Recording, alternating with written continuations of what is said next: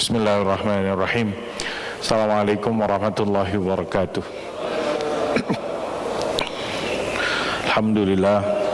Alhamdulillah rabbil alamin wa bihi nasta'in ala umurid dunya waddin. Salatu wassalamu ala asyrafil anbiya'i wal mursalin sayyidina wa maulana Muhammadin wa ala alihi wa ashabihi ajma'in. Subhanaka rabbana la ilma lana illa ma 'allamtana innaka antal alimul hakim. Rabbi shrah li sadri wa yassir li amri wa hlul 'uqdatam min lisani yafqahu qawli. Allahumma bika amsayna bika asbahna bika nahya bika namutu ilaika nusyur. Amsayna wa amsal mulku lillah wa la hawla wa la quwwata illa billah. Nas'aluka ya Rabb khaira ma fi hadhil laila wa khaira ma ba'dah. Na'udzu bika min syarri ma fi wa syarri ma ba'dah. Allahumma inna na'udzu bika minal ajzi wal kasal su'il kibar adabin finnar adabin fil qabr. Allahumma amsa bina min ni'ma bi ahadin min khalqik faminka wahdaka ya Rabb lakal hamdu wa lakal syukur. Allahumma inna nas'aluka ilman nafi'a rizqan tayyiba amalan salihan mutaqabbala. Allahumma inna na'udzu bika minal baras wal junun wal judam wa min sayyi'il asqam. Allahumma salli wa sallim ala sayyidina Muhammad wa ala ali sayyidina Muhammad walhamdulillahi rabbil alamin. Jamaah Masjid Al-Hidayah yang dirahmati Allah Subhanahu wa taala, segala puja dan puji syukur kita panjatkan kehadirat Allah. Salawat dan salam kita sampaikan kepada Rasulullah sallallahu alaihi wasallam. Allahumma salli wa sallim wa barik alaih. Kita berada di bulan Rabiul Akhir, tanggal 5 atau tanggal 6, kurang dari 150 hari kita akan memasuki bulan suci Ramadan. Gak nyampe 150 hari, mungkin 140 hari lah. Karena setelah bulan Rabiul Akhir, Jumadil Awal, Jumadil Akhir, Rajab, Sya'ban, Ramadan. Gak nyampe 150 hari, 140 hari kurang lebih. Kita berdoa mudah-mudahan Allah Subhanahu wa taala menyampaikan kita ke bulan Ramadan, memberikan kita sehat wal afiat, dan tentunya corona udah hilang. Corona udah hilang, udah diangkat oleh Allah Subhanahu wa taala. Sekarang ya mudah-mudahan juga ya sedikit demi sedikit Allah angkat wabah ini dengan doa-doa yang dipanjatkan, dengan ikhtiar yang dilakukan, dengan terus kita memohon kepada Allah Subhanahu wa taala, sehingga sholatnya biar bisa, kayaknya nggak enak banget sholat renggang, masjidnya gimana begitu. Cuman itulah kondisinya. Orang umroh dikit banget gitu diatur. Bahkan kalau ada yang pernah umroh yang sekarang gara-gara corona ya umrohnya cuma sekali doang, selebihnya di hotel katanya. Saya bilang ya belum tentu bisa ke Madinah juga katanya misalnya, dan yang lain-lain dari ritual-ritual ibadah kita kepada Allah Subhanahu wa taala di kondisi corona COVID-19. Dan kita, apa yang bisa kita lakukan, tetap kita mohon doa, minta kepada Allah agar diangkat. Idfa'annal bala, idfa'anna corona ya rabbal alamin. Jamaah rahimakumullah, kita di bulan Rabiul Akhir tadi menjelang bulan Jumadil Ula dan seterusnya, nggak sampai 5 bulan kurang kita akan masuk ke bulan Ramadan. Sedikit melihat ya kondisi perpolitikan di Indonesia. Kalau boleh berbicara politik, cuman saya nggak akan, cuman berbicara 2 pekan terakhir kita sama-sama menyaksikan. Pekan pertama Habib Rizik Syihab menunjukkan, kata pengamat, show force. Pekan kedua pemerintah show force, ya nggak imbang lah pemerintah lawan Habib Rizik. Karena siapalah Habib Rizik dalam pengertian seorang yang ya, kalau pemerintah kan semuanya. Terlepas dari itu kita menyaksikan, kita melihat, kita membaca, kita mendengar. Teringat dalam hal ini sabda Rasulullah sallallahu alaihi wasallam. Apa kata Nabi Muhammad SAW dulu kata Nabi Muhammad SAW, terjemahan bebasnya atau terjemahan umumnya, Inna Allah, sungguhnya Allah akan mengutus setiap 100 tahun, kata Nabi. Setiap 100 tahun seorang yang akan memperbaharui, dalam pengertian memperbaharui itu mungkin menyegarkan, menghidupkan kembali ajaran Islam. Itu hadisnya sahih kata para ulama. Kemudian ulama-ulama dulu ngelihat sejarah, siapa kira-kira dari dulu gitu. Siapa contohnya? Dalam buku atau tulisan disebutkan dulu 100 tahun pertama setelah hijrahnya Nabi Muhammad SAW, siapa itu yang masuk dalam kategori hadis tersebut? Kata para ulama, kalau 100 tahun pertama itu contohnya yang dimaksud dalam hadis tersebut adalah Al-Khalifah Umar ibn Abdul Aziz rahimahullahu ta'ala. Kalau Khulafaur Rasyidun udah jelas, Al-Mahdiyun udah top-top dah, yang ketemu Nabi, sahabat-sahabat.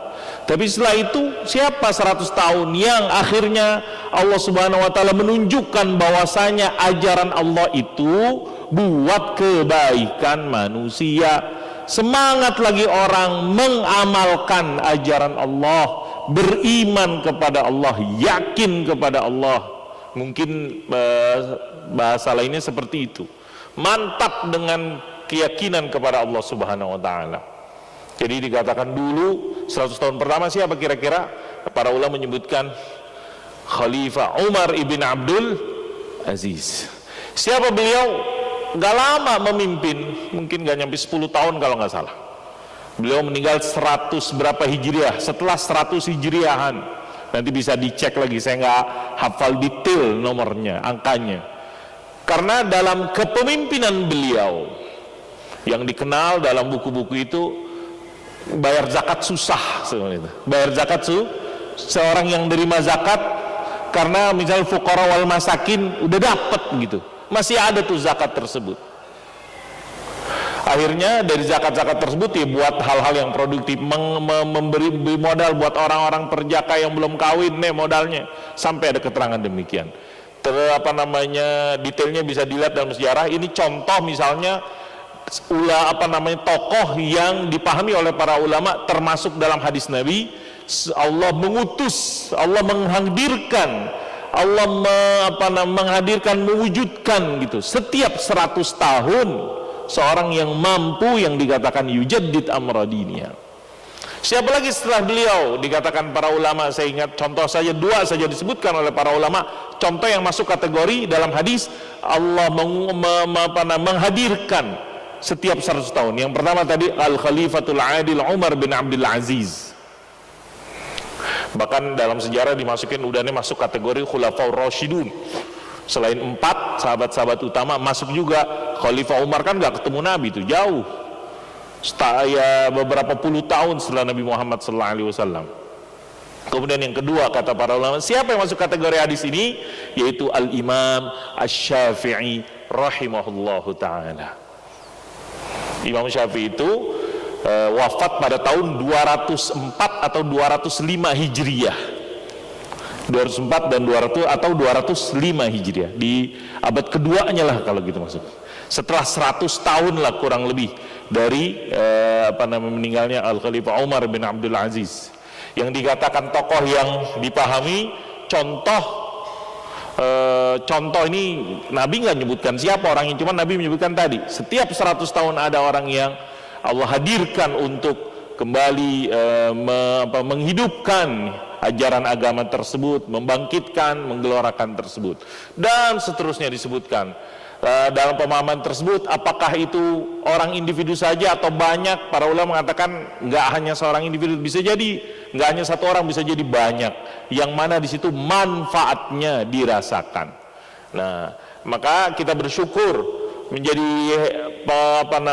kaum muslimin, karena sekarang fenomena 10 tahun terakhir, 15 tahun terakhir lagi ghirah keislaman, dan Allah hadirkan tokoh-tokoh ulama-ulama yang kembali memberikan kita semangat untuk beriman kepada Allah Subhanahu. Di Indonesia ada ustadz-ustadz yang fenomenal, tokoh yang fenomenal juga, yang menggelorakan semangat untuk kembali kepada ajaran Allah Subhanahu wa taala. Ini mungkin bisa jadi masuk dalam konteks Indonesia kategori yang disebutkan oleh Rasulullah sallallahu alaihi wasallam. Selama kita bisa lihat, kita bisa amatin, dan kita bisa perhatikan bagaimana seruan dakwah-dakwahnya tersebut, yaitu untuk kita kembali kepada ajaran Allah, kembali kepada Al-Quran, kembali kepada hadis-hadis Rasulullah Sallallahu Alaihi Wasallam.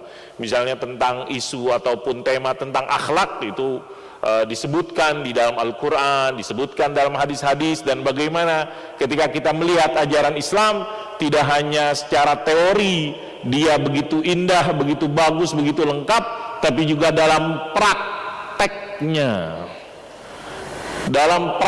implementasinya. Itulah teladan Sayyiduna Maulana Rasulullah Sallallahu Alaihi Wasallam. Ketika ditanya Ummul Mukminin Sayyidatuna Aisyah radhiyallahu anha bagaimana akhlaknya Nabi, kana khuluqul Quran, dan Allah mengatakan dalam ayat wa innaka la'ala khuluqin azim.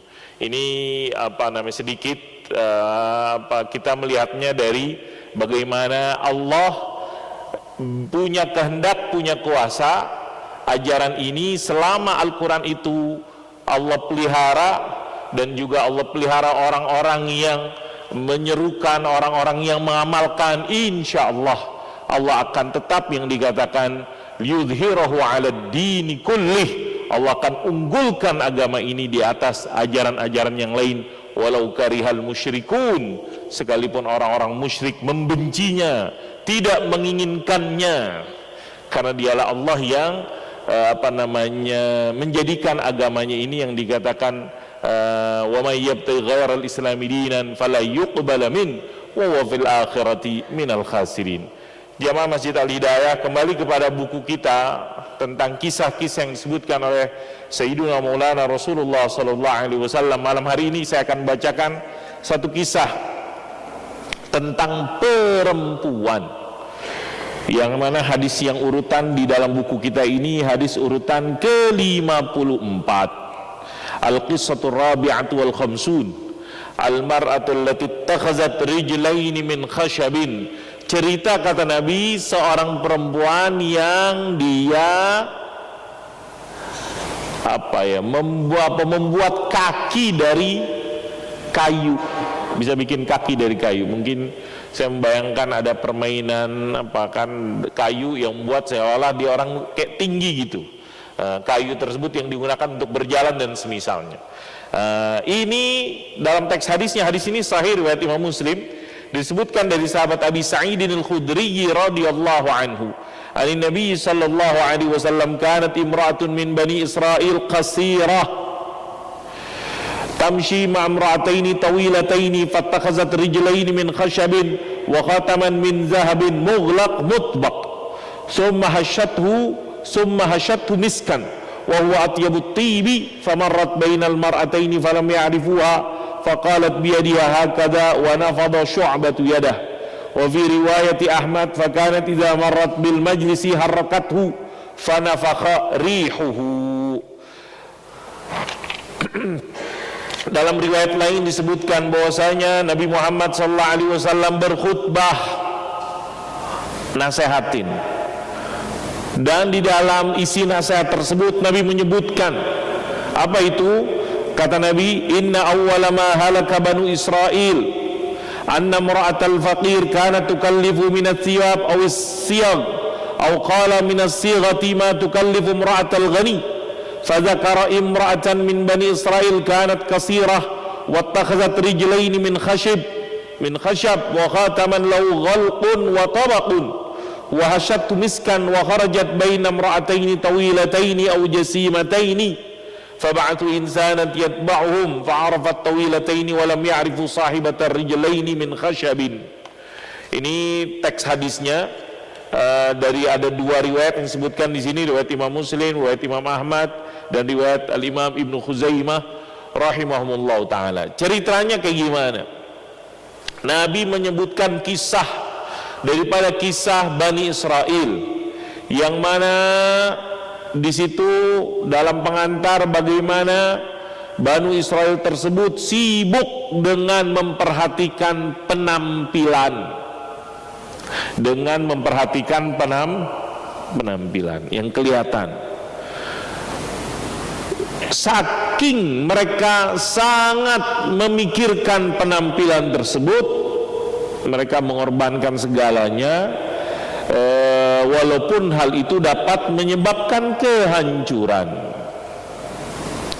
Dan dalam hadis ini Nabi menjelaskan salah satu bentuknya tersebut. Apa bentuknya? Ada seorang wanita pendek,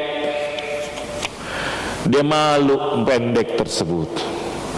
Apalagi kalau di sampingnya ada wanita yang tinggi, tambah kelihatan itu pendeknya tersebut. Sehingga apa yang dilakukan oleh wanita tersebut yang pendek tersebut, dia cari bagaimana biar dia tampak tinggi. Apa yang dilakukan? Dia bikin kaki dari kayu. Dia bikin kaki dari kayu.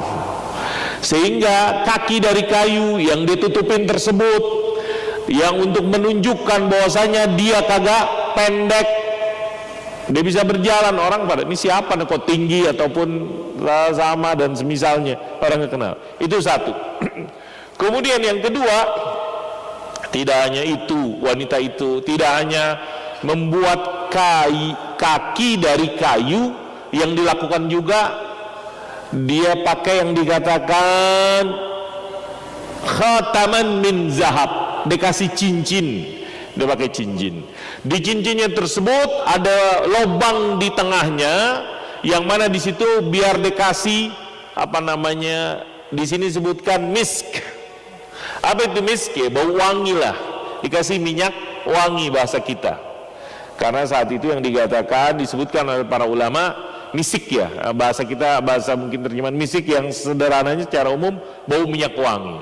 Sehingga dengan itu dia bisa kalau jalan dia gerak-gerakin itu cincinnya biar semerbak aroma wangi tercium. Itu dulu yang dilakukan. Mungkin bahasa sekarang, mungkin kalau tepat ada wanita-wanita haknya, tahu gak haknya sepatunya wanita? Tinggi atau pendek gitu. Berapa senti kira-kira? Ada yang cuman 2 senti, 3 senti. Ada yang tinggi sampai 5 cm dan seterusnya. Ada tuh perempuan gitu. Ada model sepatunya kayak gitu tersebut.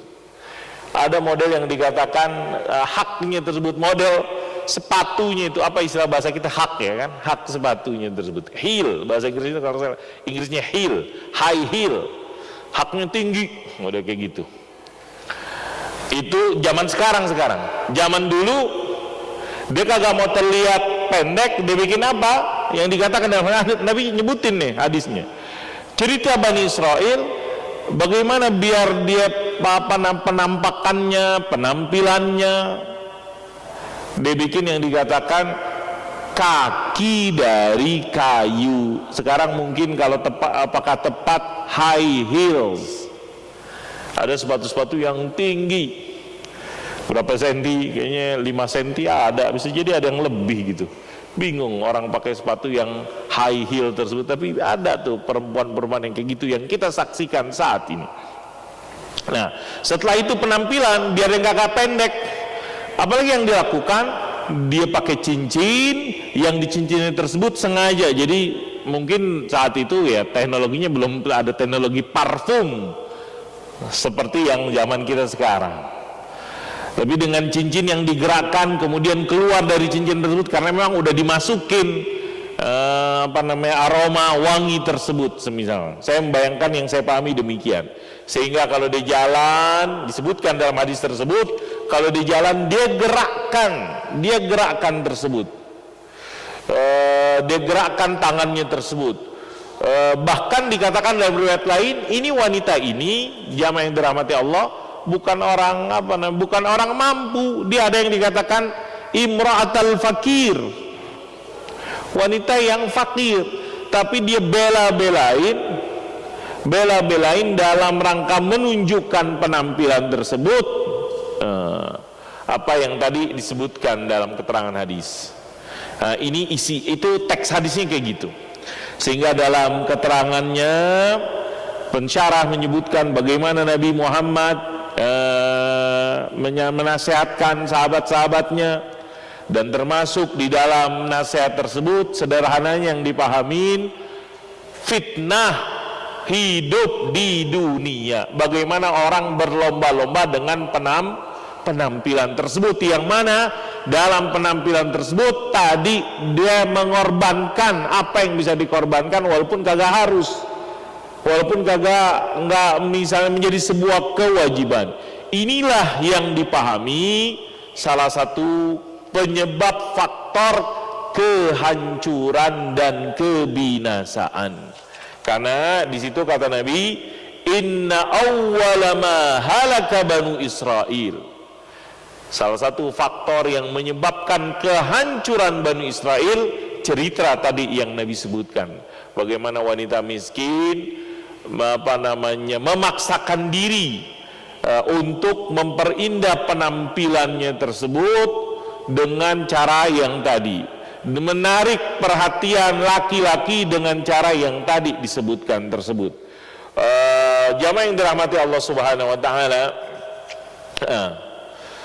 maka di sini disebutkan apa yang dikatakan oleh pensyarah dalam hadis tersebut, bagaimana penyebab kehancuran ketika orang-orang kaya bermewah-mewahan di dalam menghabiskan uangnya untuk itu tadi kalau orang bermegah-megahan dan bermewah-mewahan biasanya kan untuk menunjukkan, untuk apa bahasanya, show force. Apa show force itu? Unjuk kekuatan, kesombongan tersebut diperlihatkan. Nah, itu biasanya sebagaimana dulu cerita Korun dia membanggakan apa yang diberikan oleh Allah Subhanahu wa taala, dia berjalan atau dia menunjukkan kepada orang-orang yang ada di zamannya tersebut kekayaan, kekayaan yang dia miliki tersebut, harta dan semisalnya tersebut. Nah, ini ketika ini terjadi dalam sebuah masyarakat, siap-siap akan menjadi kehancuran yang diturunkan oleh Allah Subhanahu wa taala. Jadi ini kisahnya tersebut, sehingga yang dikatakan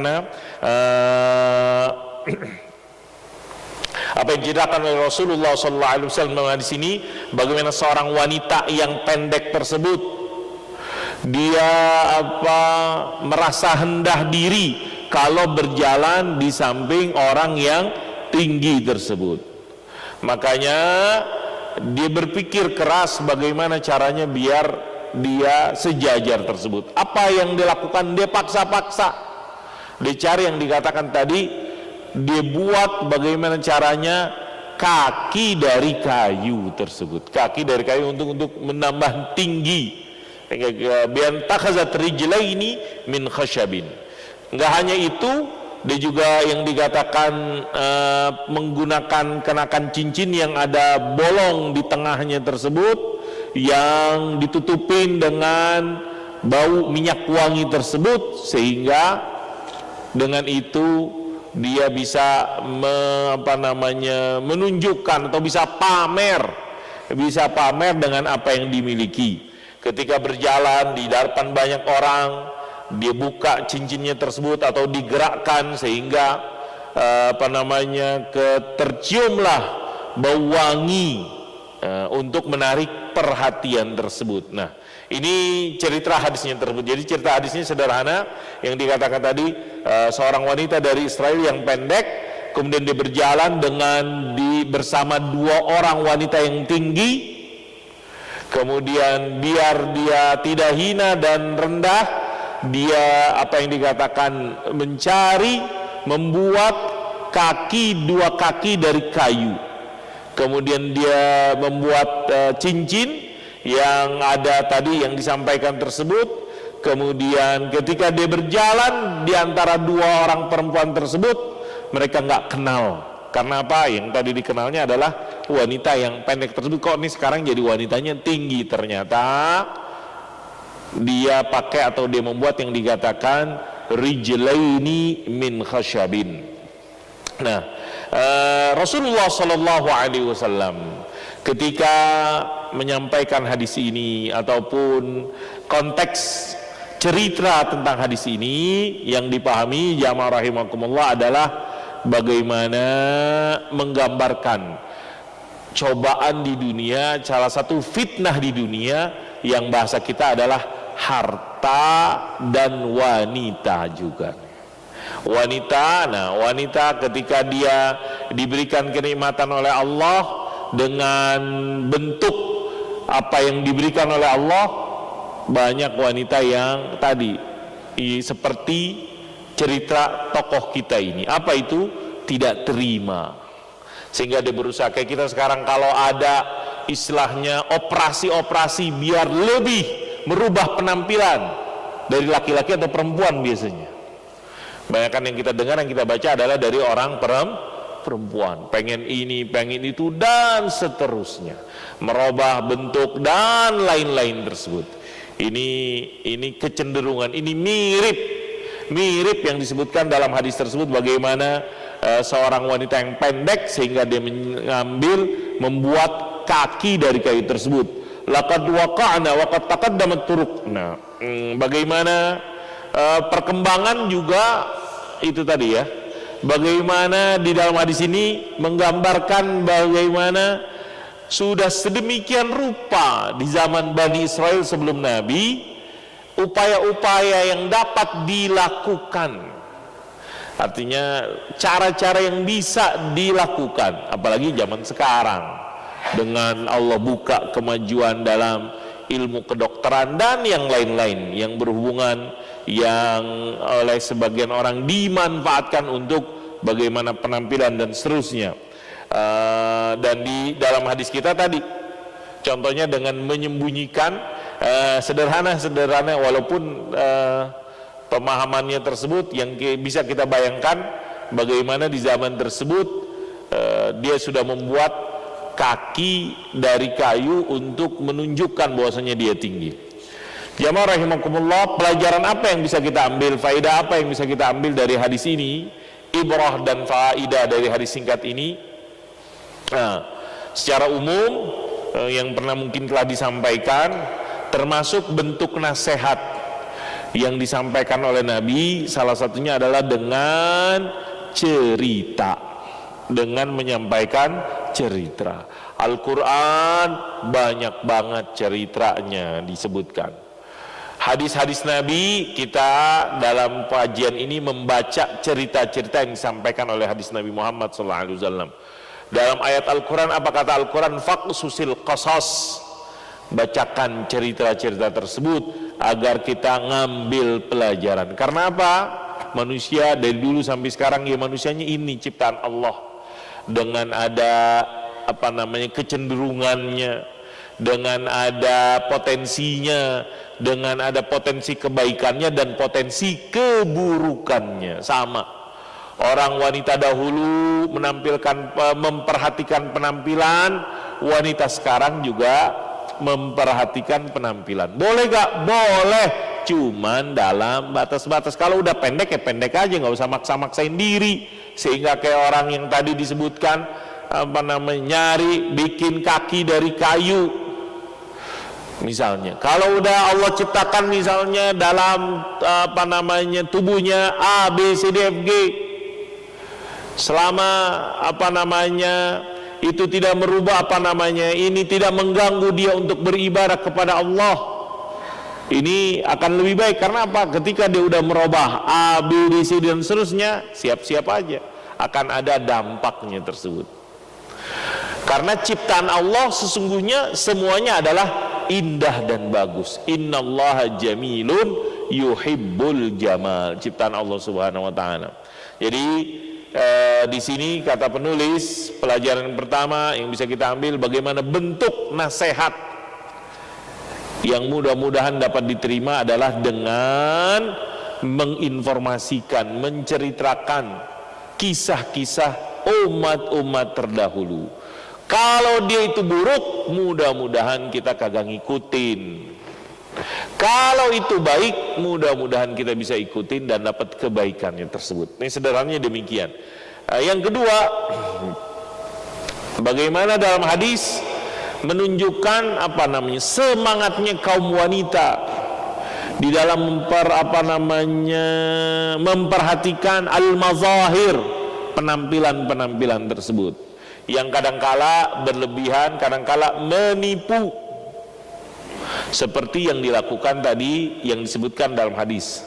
Seorang wanita biar dia tampak tinggi, ya kayak sekarang kan, kalau dia pakai sepatu kelihatan tinggi dia, karena pahaknya tinggi, high heel. Tapi kalau dia kagak pakai sepatu, kagak pakai alas kaki misalnya, segala macam cara digunakan tersebut. Ini mungkin sekarang dengan cara demikian yang dilakukan. Yang ketiga, jamaah rahimakumullah, di hadis tadi disebutkan bagaimana wanita tersebut pakai cincin, yang mana cincinnya buat apa? Naruh minyak wangi. Ini juga kata penulis, kata pensyarah Dr. Umar Sulaiman Abdullah Al-Ashqar rahimahullah ta'ala, bagaimana semangatnya orang perempuan untuk mencari perhatian kaum laki-laki, sebagaimana ditunjukkan tersebut. Jadi dari high heel untuk menarik, untuk menampakkan bahwasanya dia tinggi, kemudian minyak wangi yang dia paksa-paksain dulu dengan cara ditaruh di dalam cincin yang berlubang, kemudian digerakkan sehingga keluarlah aroma tersebut, wangi tersebut. Wa ta'assar rijal biar untuk menarik perhatian, sehingga saking orang pengen tahu dicari yang disebutkan dalam hadis tersebut, hatta yang dikatakan faba'athu insanan yatba'uhum. Siapa situ wanita yang tadi jalan lewat, yang tadi ada bau wangi misalnya, yang diutus itu mengenal dua orang wanita yang tiga tadi. Jadi tiga orang lewat tersebut, dua tingginya beneran, satu tingginya gara-gara ada kaki dari kayu. Yang tinggi beneran dikenal, yang tinggi dari kayu ini nggak kelihatan, nggak ketahuan nih siapa orang yang tersebut, sampai demikian yang disebutkan dalam hadis. Faqad arsala man marat alimul mara rajulan liya'rif lahum man hiya. Kemudian yang keempat, jamaah rahimakumullah, dari hadis tersebut faedah ataupun pelajaran yang bisa kita ambil, bagaimana Allah ngasih kemampuan. Jadi manusia tersebut Allah kasih ilmu, dan dengan ilmunya tersebut bisa menciptakan apa yang disebut dengan sina'ah, teknologi. Dan fala syakka annalladhi abdar rijlain wal khashab bitilmal qar'a baitu tastati'u sayr bima min ghairi an tasquta sunna'un mahirun. Ya, misalnya di dalam hadis itu kan digambarkan bagaimana ada kaki dari kayu. Saya sih nggak kebayang, belum kebayang, atau mungkin sekarang dengan teknologinya, kemampuannya. Nah, dulu udah ada kayak gitu. Ini untuk menunjukkan tentunya yang membuat hal tersebut adalah orang yang pintar, dalam pengertian sehingga jalan di atas kayu itu kan dengan kayu tinggi itu kan gak gampang, tidak gampang. Kita belum tentu bisa jalan dengan high heel misalnya. High heel itu bisa, bapak-bapak pernah coba gak high heel tersebut misalnya? Itu kan gak gampang kadang-kala tersebut. Nah, tapi di sini bagaimana disebutkan oleh hadis, dia bisa berjalan dari kayu, dari kaki yang terbuat dari kayu yang tinggi sehingga tidak tampak. Ini menunjukkan jamaah rahimakumullah apa yang dahulu Allah berikan kepada umat terdahulu dari apa yang disebut dengan kemajuan teknologi lah mungkin bahasa saya, ataupun yang disebut dalam keterangan ini sina'ah. Dia punya kemampuan membuat alat sedemikian rupa sehingga perempuan tersebut bisa mampu berjalan di atas kaki buatan ataupun kaki kayu yang dari kayu yang buatan tersebut, yang nggak membuat dia jatuh. Ini tentunya adalah sebuah sebuah hasil yang menunjukkan kepintaran, gak gampang tersebut. Kemudian di dalam hadis disebutkan juga apa yang dikatakan al-misku atyabut tib kama akhbar Rasul sallallahu alaihi wasallam, bagaimana aroma wangi yang disebutkan dalam hadis itu adalah misik. Bahasa Indonesia apa misik? Kasturi apa? bahasa Indonesia. Bahasa Arab itu misik. Bahasa kitanya apa? Ada yang sebutnya bau misik atau bau kasturi, atau yang menyebutkan, seingat saya, artinya aroma wangi. Yang dikatakan dulu asalnya itu dibuat dari darah, diolah sedemikian rupa, dicampur, sehingga dulu teknologi dahulunya kayak gitu. Dalam sebuah keterangan asalnya tersebut, dari darah tersebut, cuman sedemikian rupa dia dikelola, diolah, dibuat sehingga mengeluarkan aroma wangi tersebut, yang dalam hadis ini disebutkan juga bagaimana wangi yang digunakan ataupun wangian yang dulu di zaman ini, ceritakan di zaman Bani Israel. Di zaman Bani Israel sebelum Nabi Muhammad SAW, yang dikatakan qissatun min qasasi Bani Israel, cerita daripada cerita-cerita Bani Israel dahulu ratusan tahun sebelum Nabi Muhammad SAW. Jadi pelajaran sederhananya tadi tentang hadis ini, bagaimana fitnah, cobaan melalui dunia ini, salah satunya dalam penampilan. Sehingga dahulu seorang yang dicoba dengan penampilan yang pendek, dia berusaha memaksakan diri biar penampilannya baik, padahal dalam hadis dia seorang yang fakir. Sehingga disebutkan konteks ini juga bagaimana penyebab kehancuran umat terdahulu ketika mereka memaksakan diri untuk bermegah-megahan, bermewah-mewahan, padahal dia tidak punya kemampuan untuk itu. Bahasanya sekarang lebih baik tekor, yang penting kesohor. Ketiga, ada orang ya duitnya cuma segitu, tapi maksain untuk A, B, C, D, E, F, G. Lebih baik tekor, yang penting kesohor. Pernah ingat kan ada sini.